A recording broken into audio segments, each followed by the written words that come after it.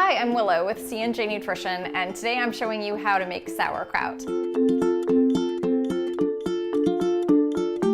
I love making sauerkraut at home because it's one of the easiest fermented foods to make, I think, because you only need 2 ingredients, cabbage and salt, and a lot of elbow grease, but I'll show you that in a moment. So let's get started and I'll explain along the way. The first thing that you need to do is to slice your cabbage. I prefer to slice it, and I do about 1/4 inch slices because I like, once it becomes sauerkraut, to have kind of strands of sauerkraut. Some people chop it, either way works. You're just really slicing it or chopping it so you can more easily get it to release its water. Chopping done, and you'll probably notice that I left one leaf, kind of the outer, one of the bigger outer leaves, out from the chopping. That's important because that will help in the final step. You'll see then it helps kind of keep all the kraut down as it ferments so the water can stay above it. So set that aside and leave that aside. So the next step is to take the slices of cabbage and mix them with salt and then pound them with something to get them to release their water. So the salt ratio is about 3 tablespoons of salt for every 5 pounds of cabbage. And since I'm using about a 2.5 pound cabbage today, I'm gonna use 1.5 tablespoons of salt.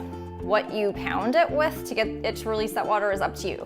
I use a cocktail muddler because that happens to be what I usually have on hand. They also make kraut stompers, which are really heavy pieces of wood that you can use, and some people just use their hands. I don't prefer that method because it kind of hurts. The salt sort of hurts my hands.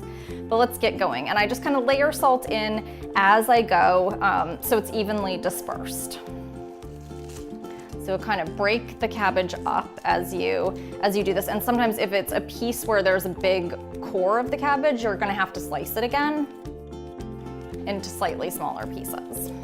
Okay, so we're gonna add a little bit of our salt, and then we're gonna get started muddling. And this is the process through the entire kraut making extravaganza, is just that layering, pounding to get the water out, and then relayering, adding more salt, pounding to get the water out until you're done with all of your cabbage. And there's a lot of water that releases. So let's get going. This is where you need some serious elbow grease.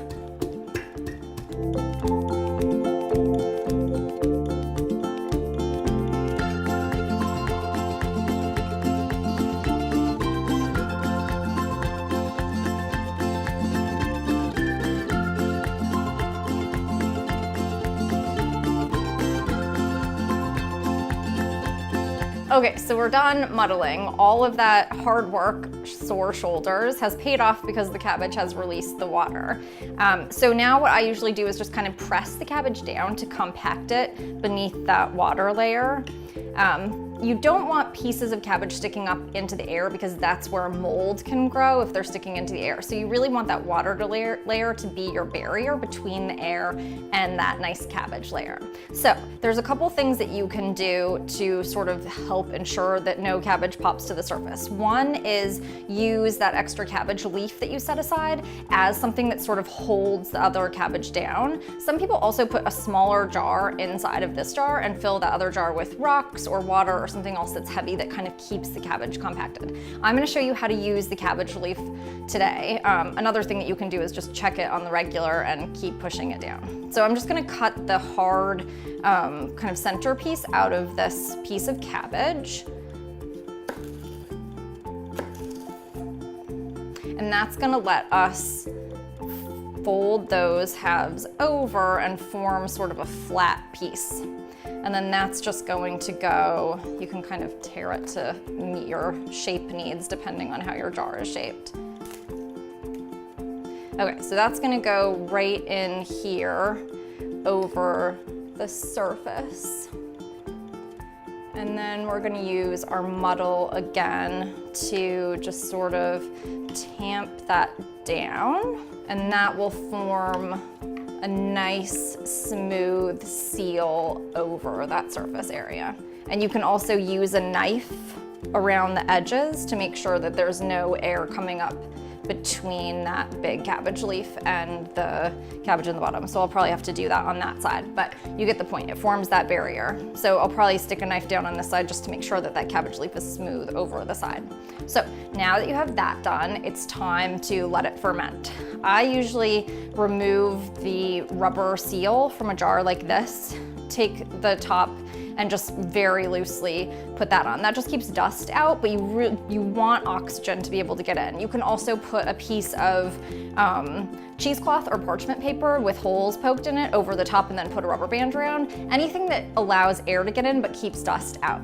And then you're just gonna put this in a cool, dried place. I keep mine in a cabinet.